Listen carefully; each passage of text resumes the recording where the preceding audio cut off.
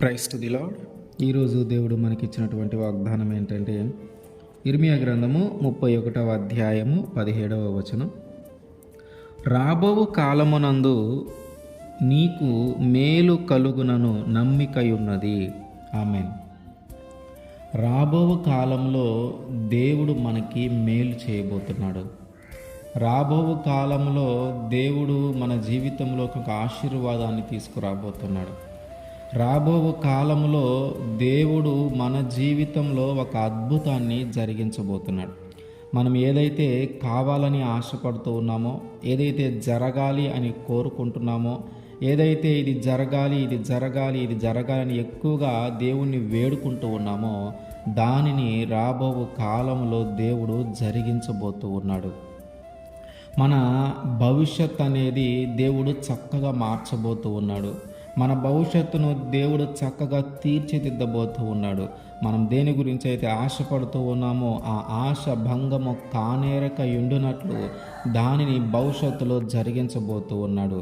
మన ఆశను ఆయన జరిగించబోతూ ఉన్నాడు. దేవుడు ఆయన వాగ్దానం చేస్తూ ఉన్న దేవుడు, వాగ్దానం చేసే దేవుడు, నమ్మదగిన దేవుడు కనుక మన భవిష్యత్తును ఆయన చక్కగా మారుస్తాడు. మనకి రాబో కాలంలో జరిగే మేలును ఖచ్చితంగా జరిగిస్తాడు. అబ్రహాము గారితో దేవుడు మాట్లాడుతూ ఉన్నప్పుడు, అబ్రహాము, నేను ఇంకా నిన్ను ఆశీర్వదిస్తాను, నేను ఇంకా నిన్ను అభివృద్ధి చేస్తాను, నేను ఇంకా గొప్పవాడిగా మారుస్తానని దేవుడు మాట్లాడుతూ ఉంటే అబ్రహాము గారు అంటున్నారు, అయ్యా, నువ్వు ఎంత ఆశీర్వదించినా, నువ్వు నన్ను ఎంత గొప్ప చేసినా, నువ్వు నాకు ఎంత ఆస్తి అంతస్తులను సమకూర్చినా, ఇదిగో నా తర్వాత అనుభవించడానికి ఎవరున్నారు? నా పని వాళ్ళైనటువంటి దమస్కు ఎలియాజరే కదా నా తర్వాత దీన్ని అనుభవించేది. నాకు సంతానం లేదు కదయ్యా అని అడిగితే దేవుడు అంటున్నాడు, రాబో కాలంలో నీకు ఒక కుమారుని ఇస్తాను అని.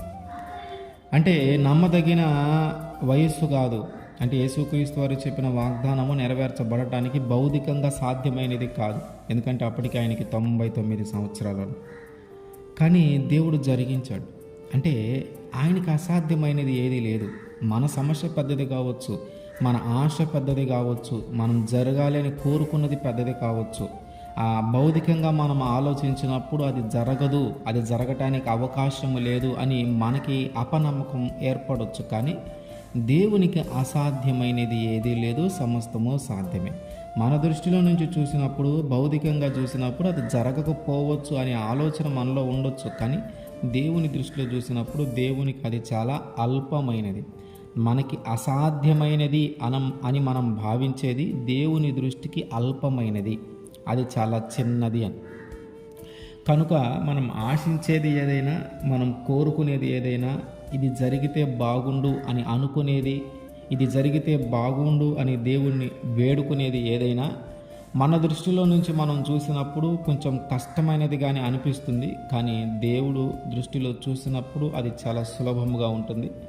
ఆయన దృష్టికి అది అల్పమైనది కనుక మనలో ఆ అనుమానం ఏర్పడకుండా ఆయన దృష్టిలో నుంచి మనం ఆలోచిస్తే ఖచ్చితంగా అది నెరవేర్చబడుతుంది. కనుక రాబోవు కాలములో దేవుడు మన జీవితంలో మనం అనుకున్నది చేయబోతూ ఉన్నాడు. మనం దేని గురించి అయితే ఆశపడ్డామో, దేని గురించి అయితే కోరుకున్నామో, దేని గురించి అయితే ఇది జరగాలని వేడుకుంటూ ఉన్నామో, దానిని రాబోవు కాలంలో మన జీవితంలో దేవుడు జరిగించబోతున్నాడు. ఆమేన్.